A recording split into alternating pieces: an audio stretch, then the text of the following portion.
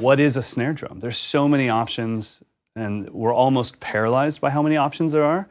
So sometimes you just need to narrow it down and say, well, what is a snare drum? I've gone from being this, I guess, rock drummer into a full-time educator that has more of a fusion twist to my playing, and my drumming, the volume has come way down. So I needed to make a drum, or at least be part of the process of making a drum that could be as articulate at tiny, tiny volumes as it could be when you're just hitting the heck out of it.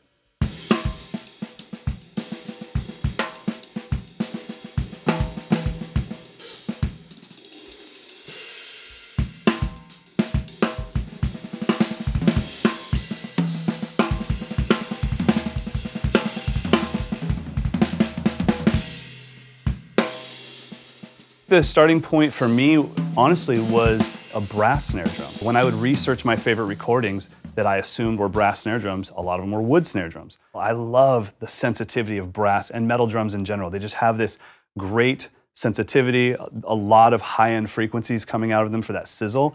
How do we put that into a wood drum? It starts with a Brooklyn shell, and then from there, we did double 45-degree bearing edges to really give it some sensitivity. So minimal shell to head contact. So it's not warming up the drum, it's actually giving it more attack and more of a dynamic nature. And then the super wide snare wires, that's just an extra thing to give it some more sensitivity. And the other thing that I don't think people recognize is when you have that much space taken up on the bottom head, it muffles it quite a bit too. So that's why this drum has such a fat crack, is the bottom head is slightly being muffled by the snares on the bottom. We brought back the new classic lugs, which are, in my mind, just the most beautiful. And knowing that they've been around for almost 100 years, or this design has, that's amazing. So, and that also, there is a sonic aspect to it. That gives us minimal metal to shell contact, lets the shell do its job. The thing that I think most people will enjoy the most is bringing back the internal muffle. And having that inside, especially the way that it's built, it's crossing almost the entire drum head. So it's not this little point that raises your drum head and causes this place that you can't play on. It really muffles the entire drum really well. It gives it like a nice even flow to the muffle. And that just causes us to not have to bring gels everywhere we go, causes us not have to lose those things, get them all dirty. And so it's pretty neat. I've actually only played this drum with a single ply coated head, which is what the drum actually ships with. And because of that, I can get all the tone in the world out of this drum, but I can also muffle it internally. And then just the gorgeous lightning throw. It's classic Gretsch.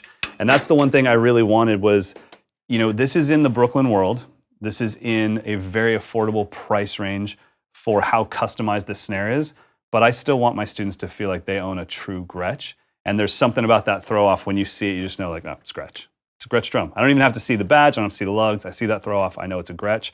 And the way that like a lightning throw feels, the on and off, it's just so satisfying. And so I want them to have that. And then 302 hoops just really cap it off. The other thing that the 302 hoops really help with is just the cross stick is super natural. Sometimes cross sticks can sound a little too sampled or they sound too thin. And this just has that perfect, almost natural sound to it.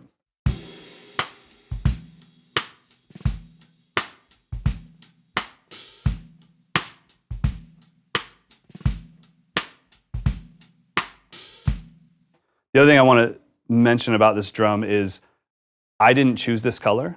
This color was chosen by my students. When I asked them, this finish was the one that just won like 90% of the votes.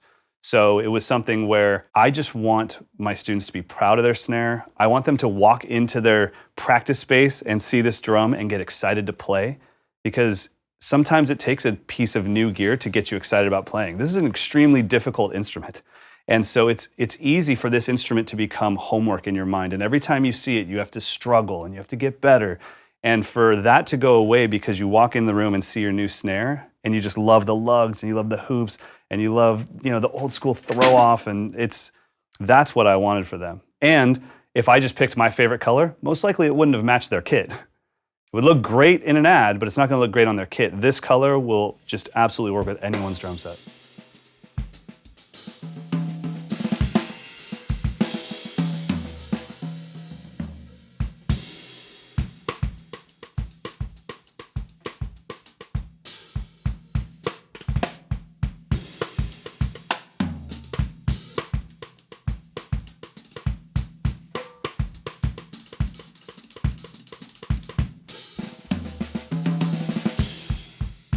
If you guys know my studio, I have this huge rack. I have a snare drum wall. And that wall is filled with some of the greatest drums to ever be created, the most legendary snares, all the way from the 1920s till right now. And when I stopped grabbing any of those on a daily basis and only played this, that's when I knew the drum was done. I mean, it was really that simple. Like, I had everything that you could ever imagine just sitting on a wall right next to me, and I still chose to play this. Because of the hoops, because of the lugs, because of all the insane attention we paid to the details, this drum really just does its job. I think that this drum for people is that drum that takes the guesswork out of snare drums, which is where a lot of us get, like I said, paralyzed. We get stuck in that overabundance of choice and we just don't know where to go, and this just takes the guesswork out of it.